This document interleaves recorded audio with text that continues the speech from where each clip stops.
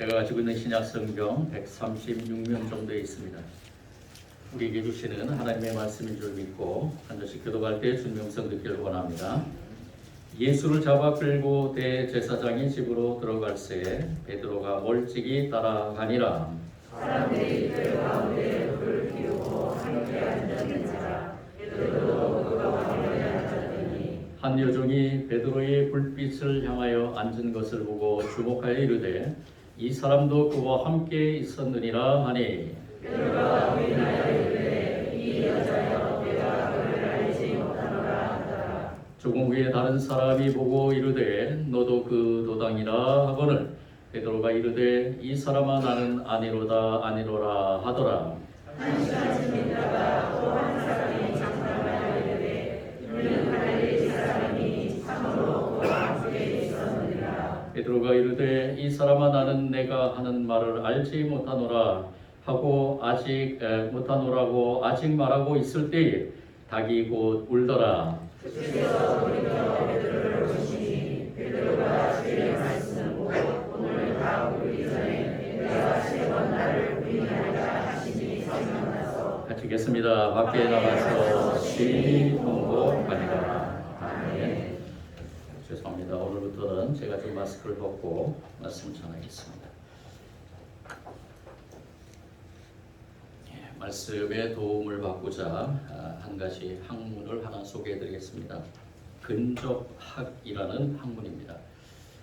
이 근접학이라는 학문, 이것은 사람과 사람의 그 사이 공간을 연구하는 학문입니다. 이 학문은 인간이 다른 공간과 얼마만큼의 공간이 필요한지, 또 인간의 그 심리와 환경 또는 문화에 어떤 영향을 끼치는지를 연구한다고 합니다. 공간이라는 것이 인간이 가지고 있는 그 삶의 자리인데, 이 인류학자인 에드워드 홀이라는 분은 공적인 공간과 사적인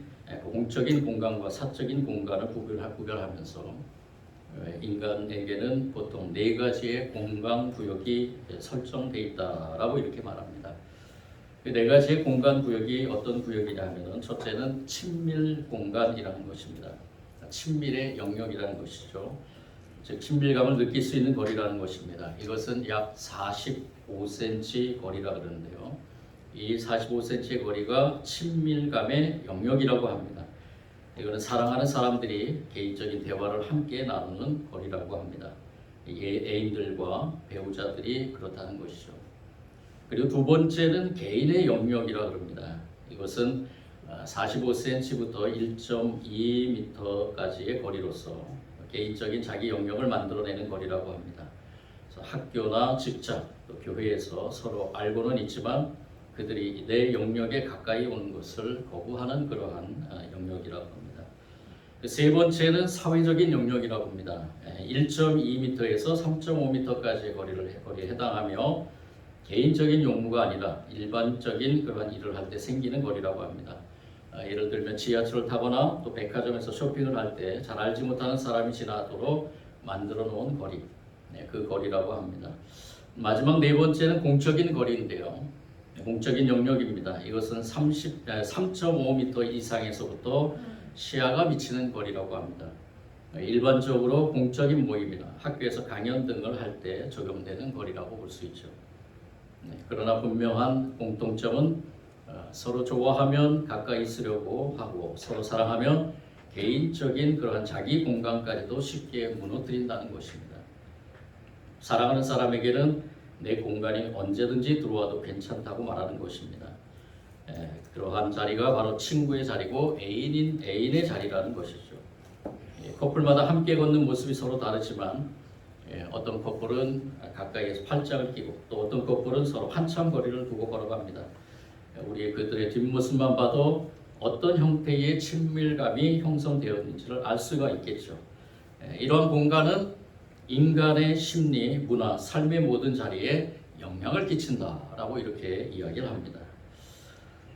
말씀을 준비하면서 이 글을 보면서 우리 생활에서 과연 즉 저와 여러분은 하나님의 나라의 백성이고 이 세상에서 신앙생활을 하는 사람들입니다.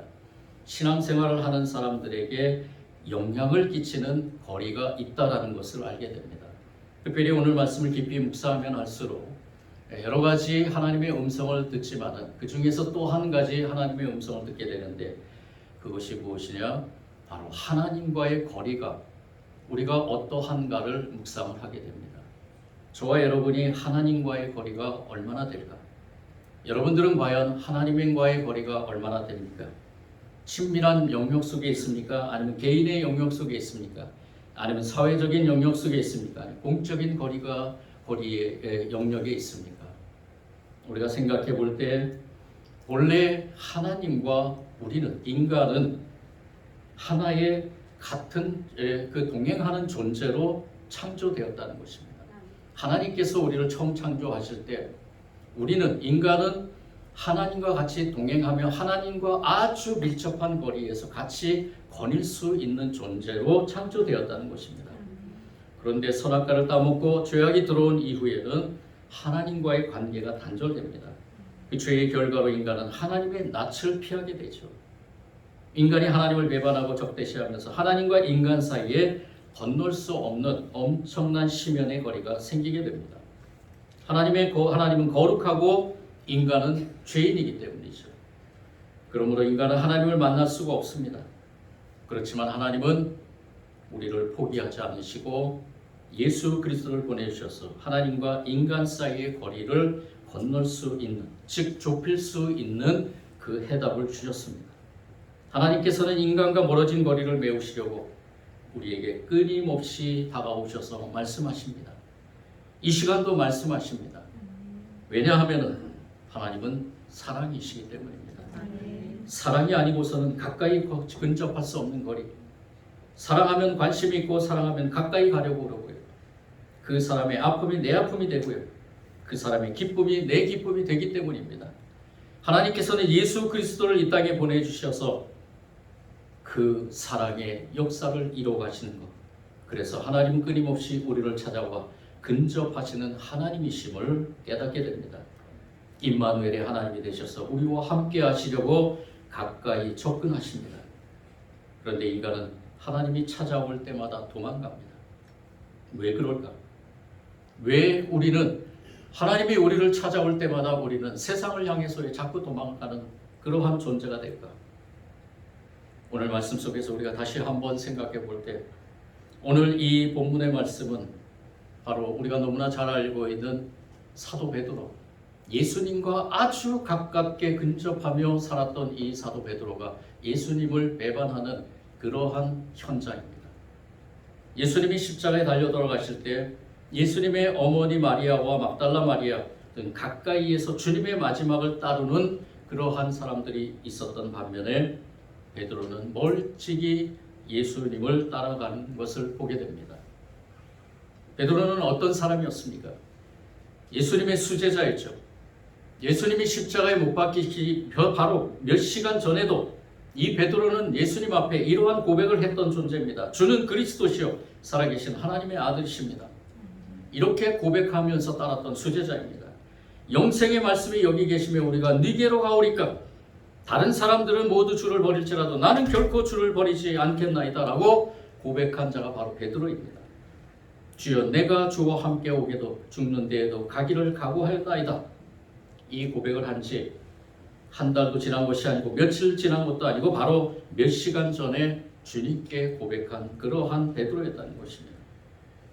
그런데 왜 베드로가 예수님이 잡히는 그 순간 예수님과 멀찍이 떨어져 있었는가? 멀찍이 자신의 생명선과 안전선을 유지하면서 예수님과 적당히 떨어져 있었는가? 베드로 입장에서는 예수님을 멀찍이 쫓아가는 것은 용기 내어 예수님 곁으로 갈 수 있는 거리고 그리고 공포에 질려 도망칠 수도 있는 그러한 지점이라는 것을 알게 됩니다. 즉 멀찍이라는 이 말은 도망갈 수도 있고 참여할 수도 있는 거리라는 것이죠. 바로 그 거리에 베드로가 서 있었다는 것입니다.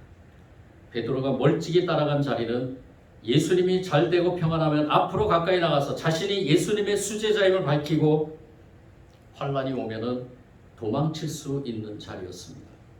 어떤 분은 이 상황에서 이 베드로의 그 자리가 베드로의 포인트 지점이라고 얘기합니다. 베드로의 중요한 자리라는 것이죠. 핵심의 자리였다는 것입니다. 예수님을 통해서 자기가 유익이 있거나 좋은 일이 생기면 가까이 다가가서 내가 예수님의 제자라고 나설 자리. 그러나 예수님 때문에 손해가 보거나 불리한 일이 생기면 언제라도 뒤로 도망칠 수 있는 기회주의적인 자리가 바로 멀찍이 떨어진 자리입니다. 사랑하는 성도 여러분, 내가 지금 앉아있는 자리는 어디입니까? 예수님을 쫓아야 할 사람들이 이 사람 저 사람 눈치 보면서 비겁한 제자로 살고 있지는 않습니까? 이 사람이 부모가 될 수도 있고 남편이 될 수도 있고 아내가 될 수도 있고 자식이 될 수도 있습니다. 남편의 눈치를 보며 아내의 눈치를 보며 자식의 눈치를 보며 부모의 눈치를 보며 교회 생활하면서도 영광을 받고 유익되고 칭찬받는 일에는 앞자리에 있다가 조금이라도 교회를 위해 희생하고 십자가를 지는 일이 있으면 뒤로 슬쩍 물러서는 기회적인 자리에 앉아 있지는 않습니다.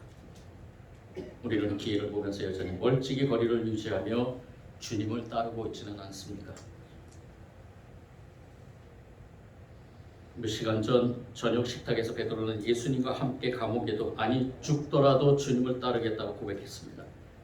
그런데 지금은 이 베드로가 한 여종의 그 물음에 나는 예수를 알지 못한다. 다른 사람들의 물음에도 똑같은 대답, 아니 더 나아가서 예수님을 모르는 그 모름에 더 덧붙여서 더 강력하게 예수님을 배반하는 것을 보게 됩니다. 3번이나 예수님을 알지 못한다고 부인하는 그때에 멀찍이서 닭이 3번 웃게 됩니다. 그리고 주님께서 돌이켜서 베드로를 바라봅니다. 61절 말씀에 주께서 돌이켜 베드로를 보시니 주께서 돌이켜서 베드로를 보시니 주께서 돌이켜서 저와 여러분을 보시니 그때 제자 베드로를 바라본 예수님의 시선은 어떤 시선이었을까? 저는 한번 상상해 봤습니다. 이 예수님의 시선이 과연 어떤 시선이었을까?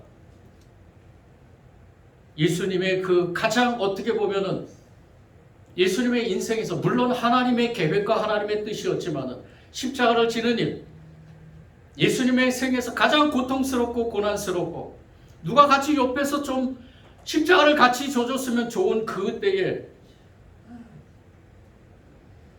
예수님과 가장 같이 옆에 있었던 이 사도 베드로가 3번이나 예수님을 부인하는 예수님의 부인 그 소리가 예수님의 귀에 들리지 않았을까?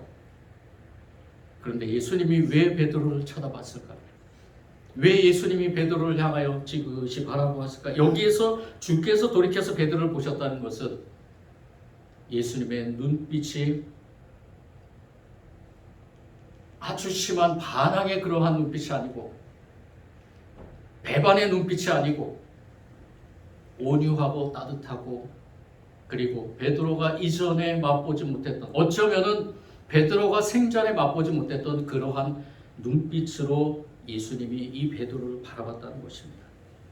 한없는 사랑과 용서의 시선이었다는 것이죠. 여기에서 얘기하는 복신이라는 헬라어는 아나브레포라는 말입니다. 여러분들 한번 기억해 주시기 바랍니다. 아나브레포라는 이 말은 무슨 말이냐 하면은 우러러서 바라보다라는 겁니다. 예수님께서 베드로를 향해서 우러러서 바라봤다는 것입니다. 배반한 예수님, 가장 고통스럽고 가장 힘든 그때에 오히려 가까이에서 이 예수님에게 힘이 되어야 할 이 베드로가 배반한 그 고통의 자리에서 예수님은 오히려 베드로를 향해서 우러러 바라봤다는 것입니다. 이 우러러 바라봤다는 것은 인자한 눈빛으로 보셨다는 것입니다. 인자가 무슨 뜻입니까?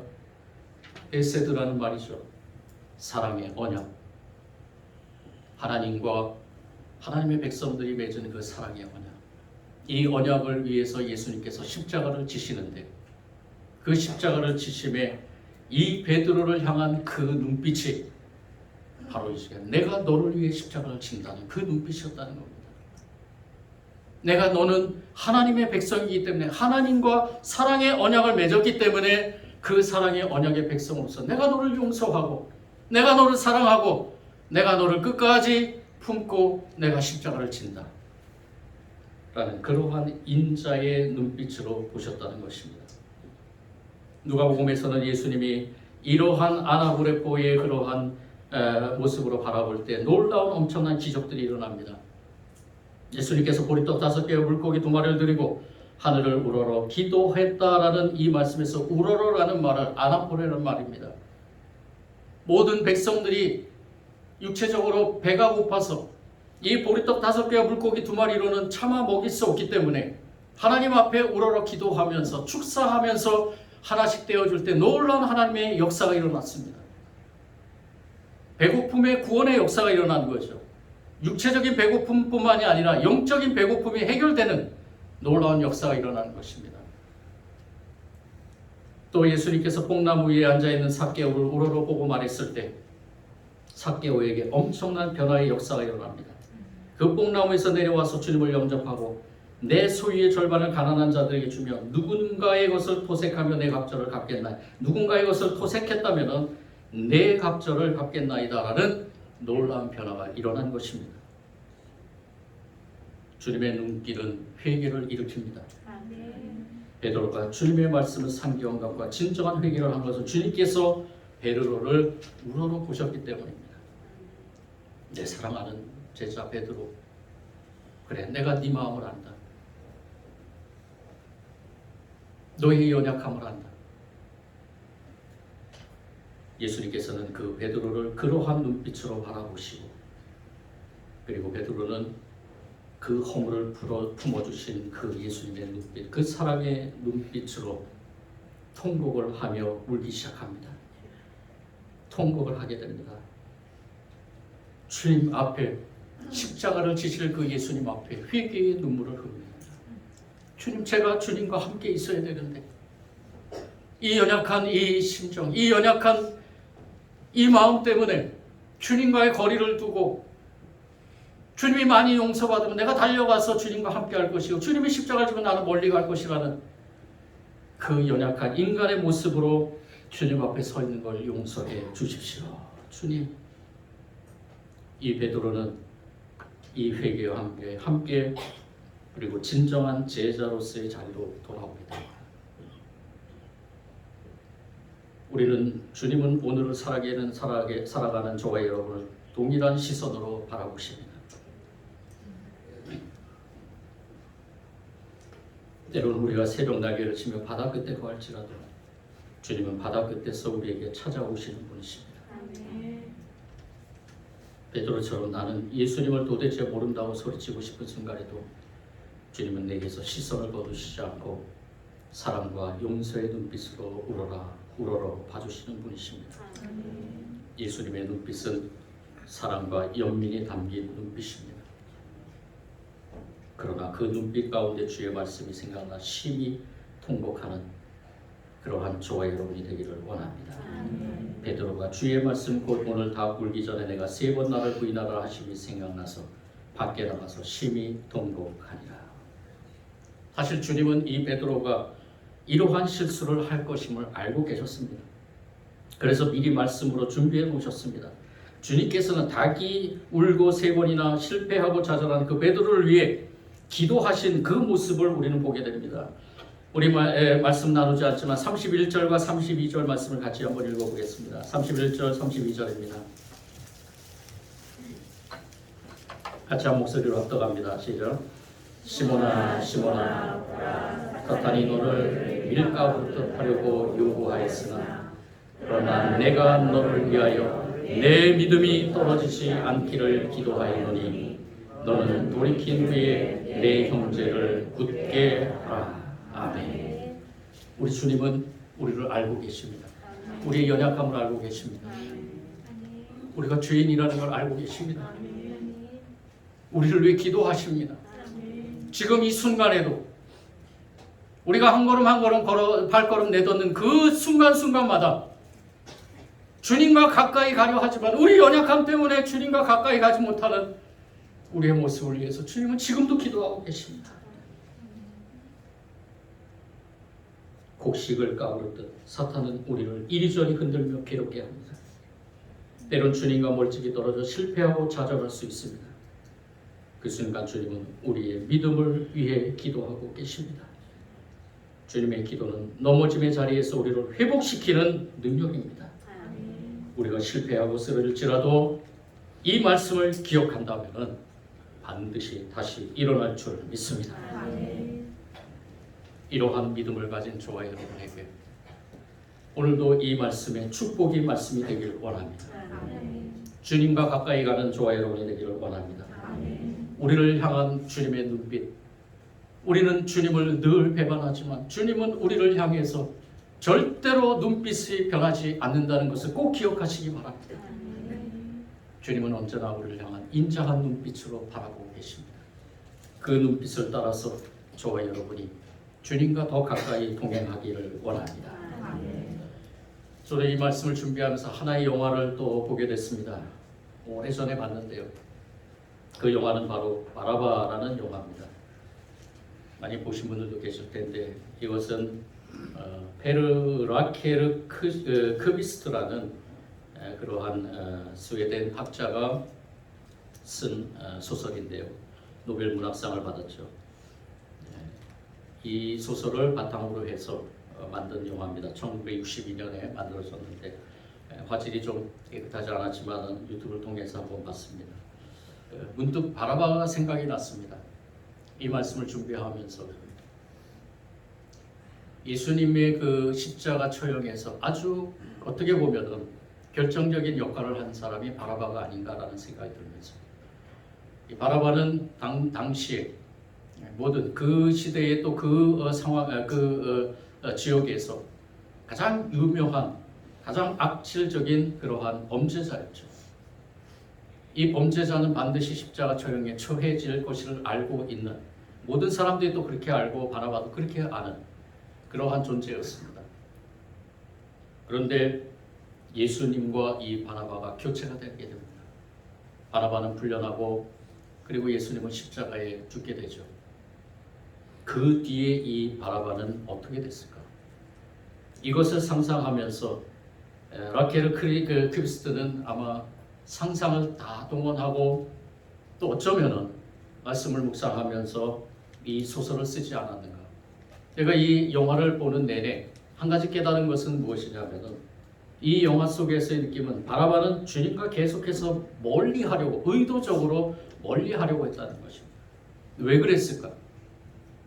이 바라바는 자기가 분명히 범죄자인 것을 알고 있습니다. 예수님이라는 그 사람은 사람들이 많이 얘기하기를 죄가 없는 사람이라는 걸 알고 있습니다. 그런데 그 6월절의 그러한 의미에 따라서 한 사람을 풀려주게 하고 한 사람은 십자가에 못 박게 되는 그런 상황에서 이 예수라는 인물에 대해서 생각을 지우려고 했던 것이죠. 그런데 이 바라바에게는 계속해서 끊임없이 예수님이 가까이 하는 것을 보게 됩니다. 저는 그것을 느꼈습니다. 이 소설을 쓴 사람이 어떤 의도를 가지고 썼는지 모르지만 이 바라바의 아내가 돌에 맞아서 예수님을 믿는다고 해서 돌에 맞아 죽고 그리고 여러 가지 상황 속에서 이 바라바가 또 범죄하게 되고 또 채석굴이나 이런 데로 끌려가서 일을 하게 되고 이러한 모든 상황에서 끊임없이 예수님이 여기서 예수님은 삼위일체 하나님이라고 볼 수 있겠죠. 삼위일체 하나님께서 끊임없이 계속해서 바라바라는 이 한 인물을 놓지 않고 있다는 것을 느끼게 됩니다.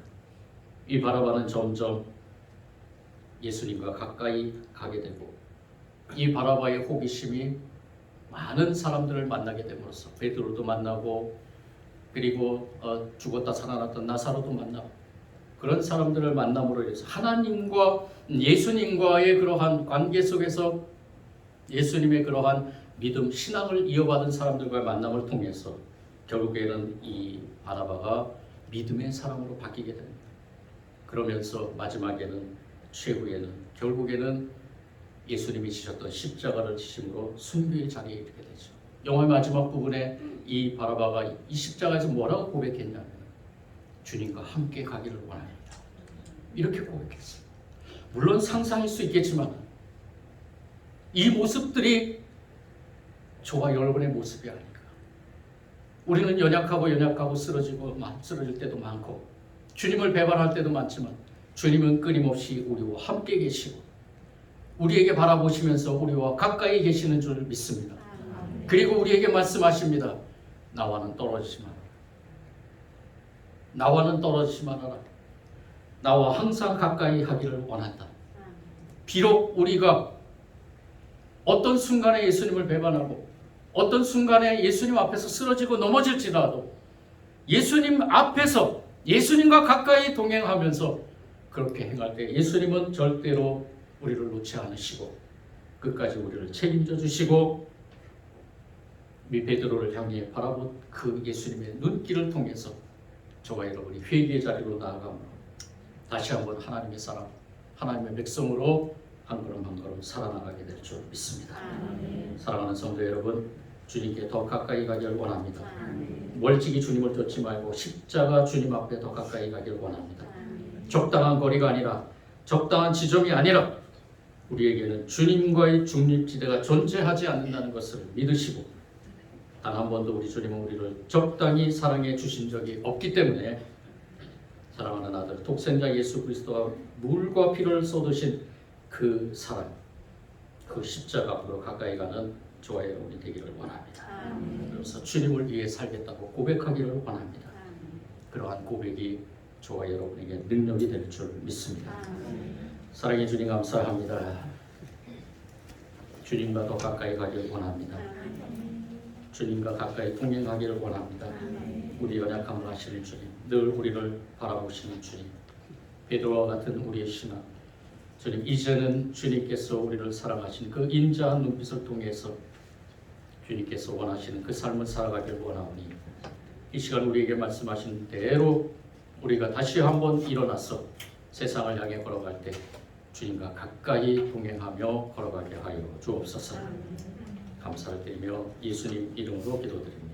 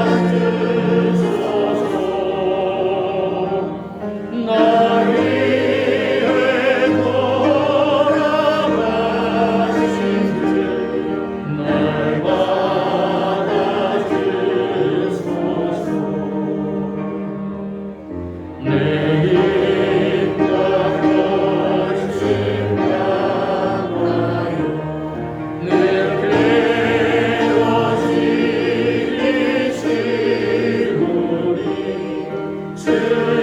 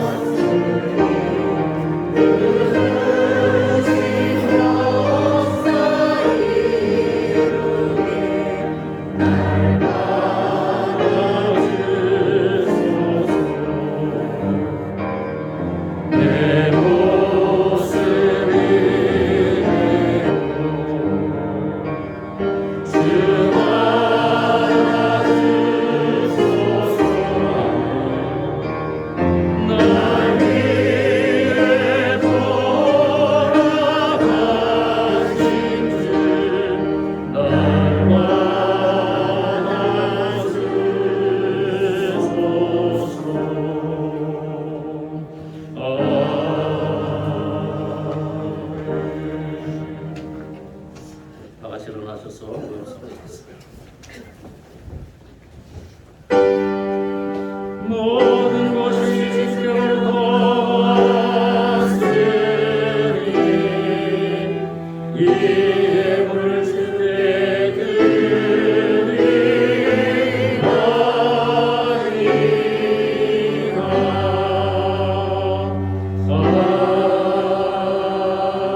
아멘. 사랑의 주 하나님, 이 시간 주님 앞에 예물 올려드립니다. 기쁘게 자원하며 예물 올려드립니다. 우리에게 허락하신 것 중에 10의 1은 주님의 것임을 고백하며 11조 예물 올려드립니다. 우리에게 주신 은혜 감사 감격하며 감사 예물도 올려드립니다. 선교를 위해, 교회 건축을 위해, 관리를 위해, 또한 이 지역사회 복지를 위해 모든 제목 따라 올려드리는 모든 물질의 예물과 시간과 노동을 올려드리는 봉사와 헌신의 예물도 받아 주옵소서. 이 모든 예물이 주님께는 기쁘며 드린 손길은 축복일 줄 믿습니다. 드린 손길마다 하늘의 신령한 복과 땅의 기름진 복으로 채워주시고 주님께서 주신 귀한 그 축복을 가지고 세상에 나가 하나님 나라의 백성으로 살아가는데 절대로 물질로 시험받지 않도록 인도하여 주옵소서. 주님의 축복 속에서 살아가는 주의 백성들, 특별히 주님 연약한 몸의 연약함으로 이 시간 참여하지 못하고 질병 가운데 신음하고 있는 환우도 있습니다. 불쌍히 여겨주시고 주님 찾아가 주셔서 피 묻은 손으로 안수하여 주시고 주님 영육간의 강건함을 통해 주님께 영광 돌릴 수 있도록 믿음의 믿음을 더하여 주시고 모든 질병과 싸움에 승리하게 하여 주옵소서. 또한 모든 어떤 문제 앞에서 갈등하고 있는 성도들 주님 그 문제를 바라보지 않게 하시고 주님 바라보게 하시고 그 문제 가운데서 주님이 주신 말씀으로 해답을 찾아서 참 평안을 누리게 하여 주옵소서. 모든 성도들의 가정과 기업과 자녀들의 학업과 흩어져 있는 모든 자성 가정의 형통함의 축복으로 한 주간 승리의 삶을 살며 좋은 소식들 오가게 하여 주옵소서. 이 예물이 하나님 나라 확장되는 데 귀하게 쓰일 줄 믿고 감사를 드리며 예수님 이름으로 기도드립니다.